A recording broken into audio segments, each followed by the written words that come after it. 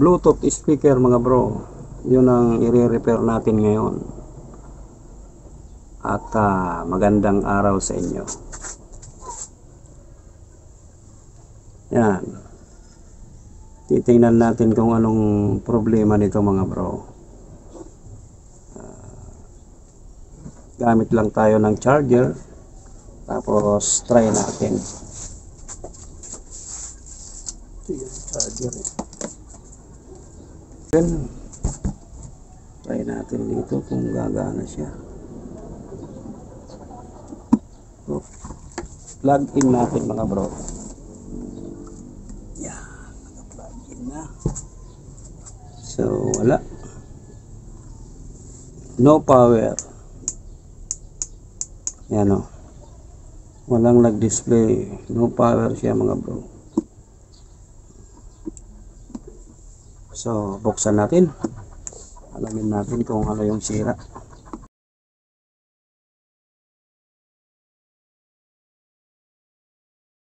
Uli natin siya ng charger mga bro. Tingnan natin kung may masukat tayong 5 volts. Yan, magos yung 5 volts nyo. Wala.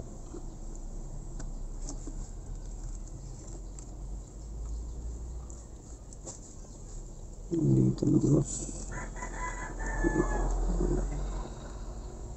Wala. Baklasin natin yan.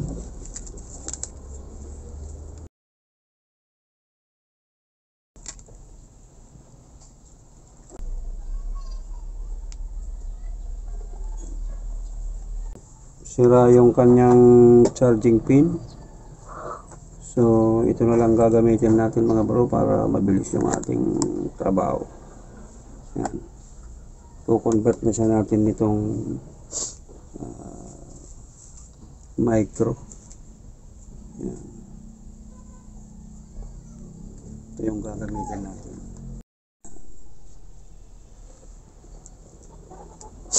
Ito na yung ikakabit natin mga bro. Gagawin lang natin dito, puputulin na natin dito mga bro. Yan, pulutan natin ito.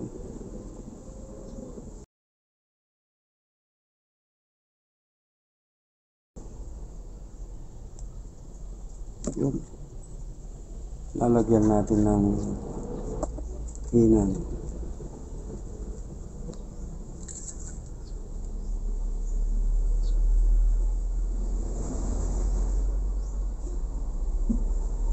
Yun.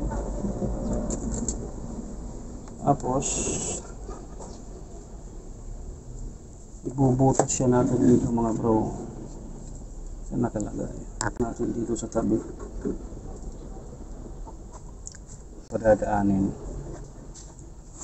Butasin natin.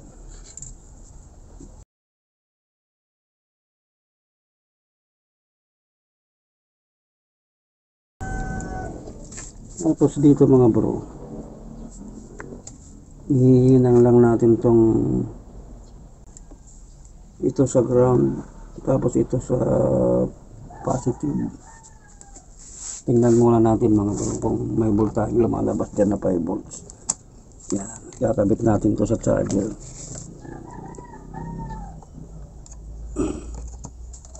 Tingnan natin kung may 5 volts. 5 volts dito. Ito, dito sa dulo.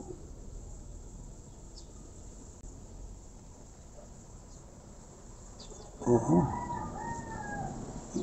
Yun. 5 volts.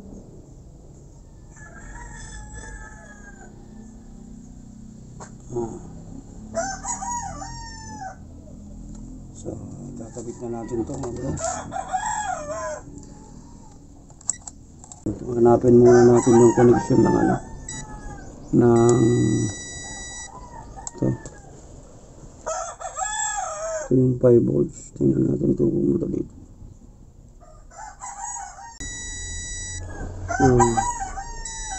Yun, pwede tayo magkabit dito mga bro. dito. Ito yung positive. Dito natin ilalagay yung positive niyan.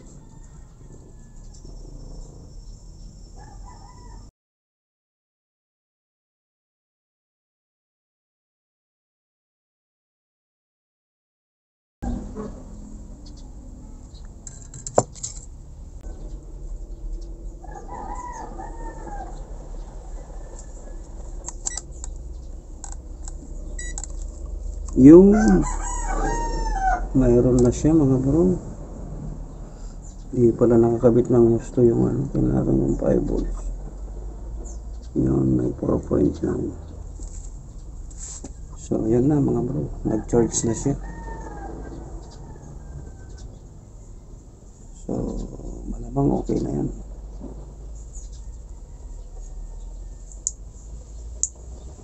Pero hindi pa siya nag-ano. Test natin yung battery. May karga. Battery. Ay, mababa pa mga bro yung karga ng battery. Yan o. Yan.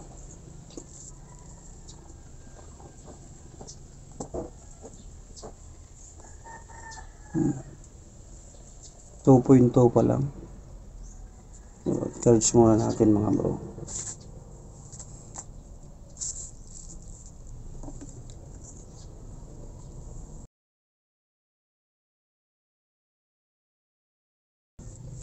So ganun lang kadali mga bro magkabit, para hindi na kayo mahirapan pag mayroon kayo nito.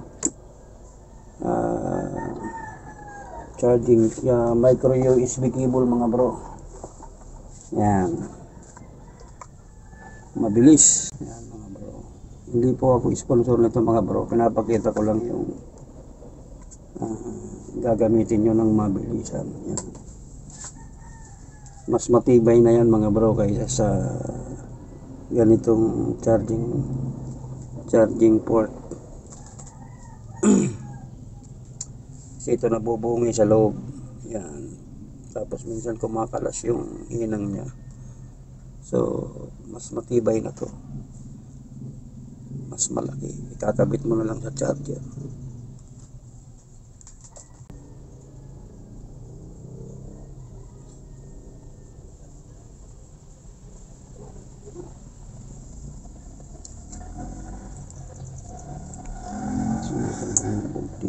Dapat siguro mga 3 point, pag mga mag 3.7 na yun mga bro, gagana na yan. So okay mga bro, i-assemble ko lang habang kina-charge natin.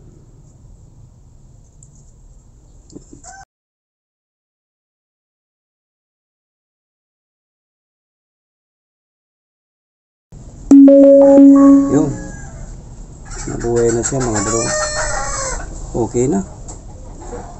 So takpan na lang natin mga bro.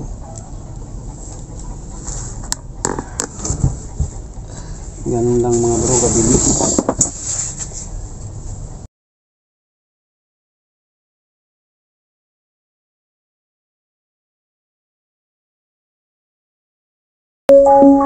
Yun mga bro, okay na yung ating Bluetooth speaker. Naayos natin sa madali lang na paraan. So ganun lang, kahit hindi na nyo palitan yung yung charging port na yan, wala na yan. Kabitan nyo lang ganito. Mas matibay pa yan mga bro kaysa sa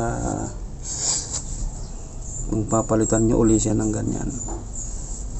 So okay mga bro, shout out sa ating mga katek vlogger at sa ating mga taga-subaybay. Maraming salamat sa laging pagtulong nyo sa ating munting channel. Okay, until next video.